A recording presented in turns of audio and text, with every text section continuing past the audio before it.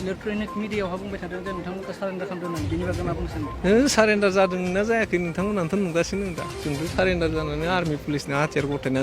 माबाखा गतिके जोङो सारेन्डार होनबाय थाब्लालाय बोरै जानो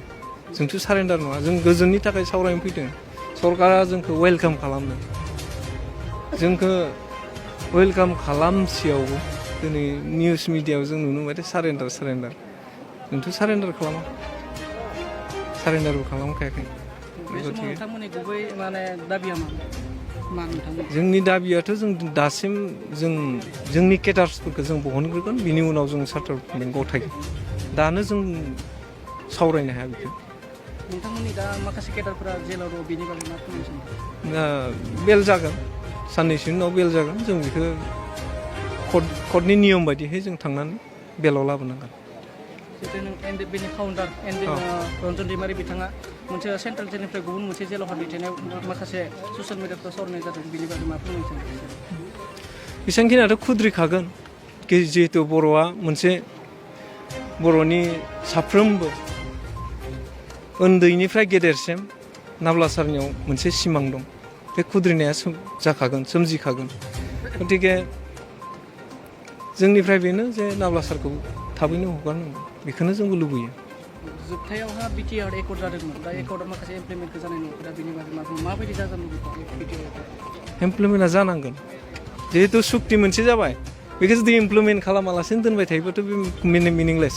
बेखायनो बिटिआरखौ इमप्लिमेन्ट खालामनांगौ बेखौ जों लुबैयो नोंथांमोननि फैनायनि गुबै जाहोना सावरायनाय गुबै जाहोना जाबाय बिटिआर इमप्लिमेन्ट खालामनांगोन प्लास नाब्लासारखौ हगारनांगोन बेखिनिखौ जों बुंबायानो थादों आरो जोंहा गुबुन गुबुन बाखि जोंनि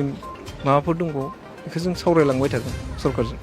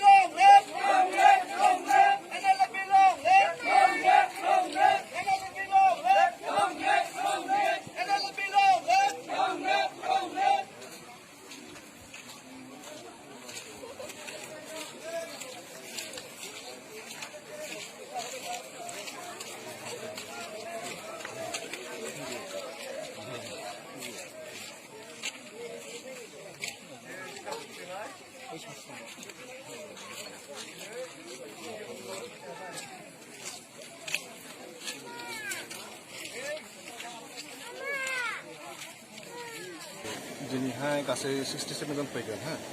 माबा कामान्डारा बि गनायथि बिनि आन्दाराव ओंखारगोन जों गोजोन सावरायनो होननानै ओंखारबोदों दा जोंखौ सावरायनो हो उनाव जानाखि मावलांनांगौ जों नोंसोरो जों नुलांबाय थागोन जों मावनायखौहाय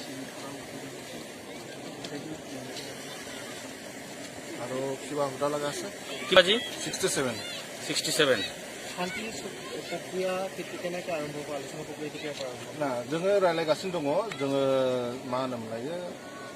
आसामनि चिफ मिनिस्टारजों ओमफ्राय जोंनि बिटिआरनि सिएमजों जोङो सावरायगासिनो दं खोथाफोरखौ दा जोंनि बिसोर मोनसेल' खोथा होदों जोंहाय जोंनि मानसिफ्रा ओंखारबोजोबनांगौ सिगांहाय ओमफ्राय जोङो सावरायनायखौ आवगायलांबाय थागोन बिदिनो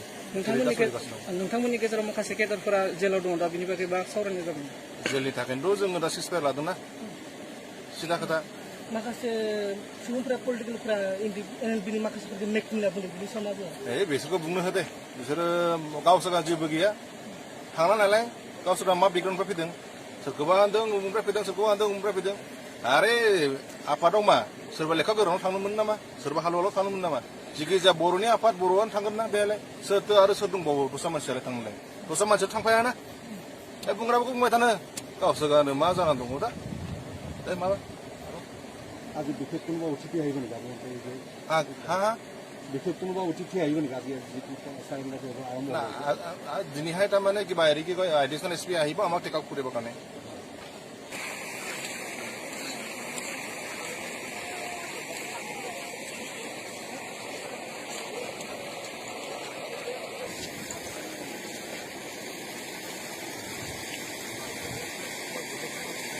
হ্যাঁ